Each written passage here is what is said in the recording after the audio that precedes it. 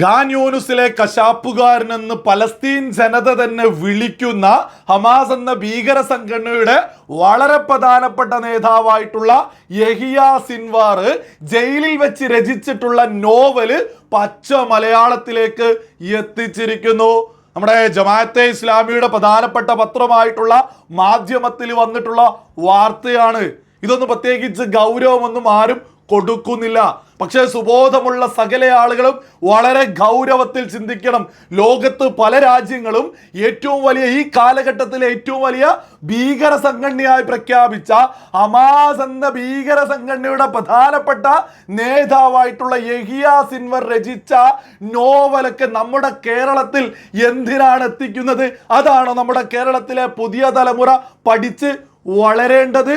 23 വർഷക്കാലമാണ് Israeli ജയിലിൽ ഈ Yahya Sinwar എന്ന് പറഞ്ഞ കൊടും ഭീകരൻ കഴിഞ്ഞിട്ടുള്ളത്. 4 ജീവപര്യന്തമായിരുന്നു ശിക്ഷയായിട്ട് അനുഭവിച്ച് മുന്നോട്ട് പോയിട്ടുള്ളത്. 2011 ഹമാസ് എന്ന ഭീകര സംഘടന ഈ ഇസ്രായേലി സൈനികനായിട്ടുള്ള ഗിലാത്ത് ഷാലിത്തിനെ അറസ്റ്റ് ചെയ്തിട്ട് ആ ഒരു സൈനികരെ വിട്ടുകൊടുക്കുന്നതിൻ്റെ ഭാഗമായിട്ട് ഇസ്രായേലി ജയിലിൽ നിന്ന് രക്ഷപ്പെട്ട് കൈമാറ്റം നടന്നിട്ടുള്ള ഒരു കൊടും ഭീകരനാണ് ഈ യഹിയ സിൻവാർ എന്ന് പറയുന്നത്.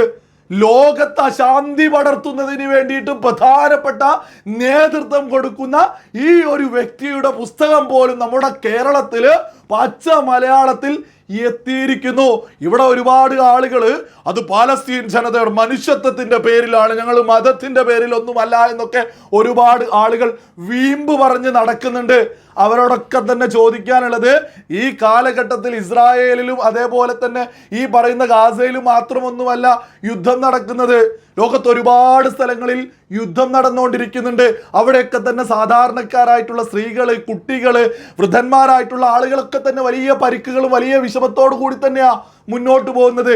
എന്നിട്ട് അവിടങ്ങളിലൊന്നുമുള്ള സ്ത്രീകൾക്കും കുട്ടികൾക്കും വേണ്ടി ശബ്ദിക്കാതെ പാലസ്തീൻ ജനത എന്ന് പറയുന്നത് ഈ കാലഘട്ടത്തിലെ ഏറ്റവും വലിയ ഭീകര സംഘടനയായിട്ടുള്ള ഹമാസിനെ പിന്തുണക്കുന്നതിന് വേണ്ടി മാത്രമാണ് എന്നുള്ളത് സുബോധമുള്ള സകല ആളുകളും തിരിച്ചറിയുക തന്നെ ചെയ്യും. എനിക്ക് തീരെ മനസ്സിലാവാത്തത്, നമ്മുടെ രാജ്യവുമായിട്ടൊരു കുലബന്ധം പോലും ഇല്ലാത്ത ഈ പാലസ്തീനിലെ ഈ ഹമാസ് എന്ന ഭീകര സംഘടനയുടെ പ്രധാനപ്പെട്ട നേതാവ് യഹിയ സിൻവാറിന്റെ നോവലൊക്കെ എന്ത് ഉണ്ടക്കാണ് നമ്മുടെ മലയാളത്തിൽ ഇറക്കുന്നത്?